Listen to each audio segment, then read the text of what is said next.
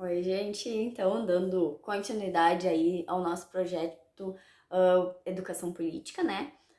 Hoje eu dou uma dica de série para vocês, na verdade é um capítulo da série explicando, que é o capítulo o Poder do Voto, tá?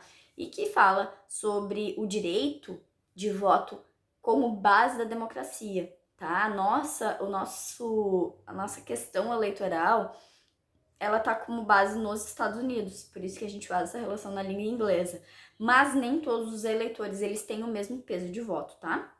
Então ali apresenta como o sistema funciona e como é possível a gente corrigir essas falhas, tá? É um capítulo muito interessante da série, vale a pena essa reflexão, porque é um momento, né, de reflexão e de expressar também as nossas ideias.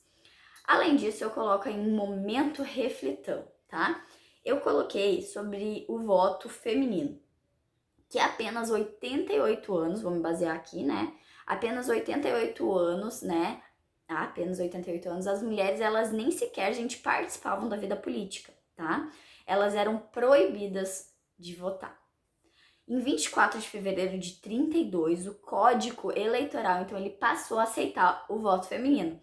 Entretanto, só para mulheres casadas, ou seja, mulheres que tinham uma influência masculina dentro de casa. E também para viúvas, mas que elas tinham renda própria, elas não podiam, então, depender dos maridos, tá? E elas tinham que ter também autorização dos maridos, gente, a casada. Não bastava ser casada, tinha que ter autorização para votar, tá? E o tema, ele ganhou mais força no início do século XX apenas, e a partir de uma militância política na Grã-Bretanha, então, e nos Estados Unidos, com uma atuação já mais organizada, inspirou mulheres do mundo todo a debater e a querer, então, o direito do voto próprio. Então, a internacionalização desse movimento foi conhecido como sufragista. Inclusive, tem filme, tem série. Coloquei uma imagem, inclusive, ali na frente dessa série, desse filme, né? Que é Sufragistas, o nome. E ele favoreceu, então, a conquista do voto feminino em diversos países. O dia da conquista do voto feminino no Brasil foi em 2000. Passou a ser comemorado em 2015, né? Com a promulgação da lei dita. Há 100 anos, também entrava em vigor a 19ª emenda, que é uma emenda da Constituição dos Estados Unidos muito conhecida, tá? Que proíbe os estados e o governo federal de negar o direito de voto aos cidadãos dos Estados Unidos com base no sexo. E desde 18 de agosto de 1920, mulheres parentes, né, podem votar no país. Apenas em 65, gente, 65, 45 anos depois, é que as negras também conquistaram esse voto.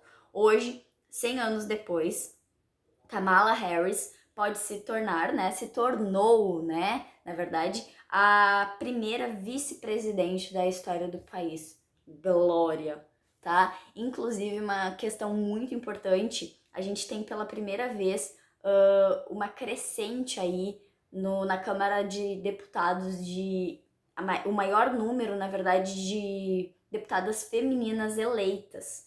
Inclusive, nós temos várias reeleições e eleições de prefeitas nas cidades.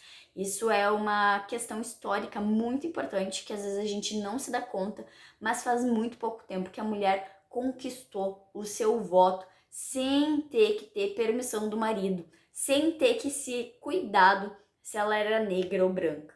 Então, é uma conquista para todos nós, né? Façam essa reflexão, pesquisem também esse filme aí, Sufragistas, muito interessante, muito importante para a gente refletir e entender a nossa base política, o nosso estilo de sociedade e para a gente se empoderar de fato das informações que a gente tem que ter conhecimento, certo? Se a gente não sabe, se a gente não reflete sobre as maldades, a gente banaliza isso e a gente não luta pelos nossos direitos, né? Então, viva o voto feminino, viva as eleitas e é isso, gente. Momento reflitão, tá bom?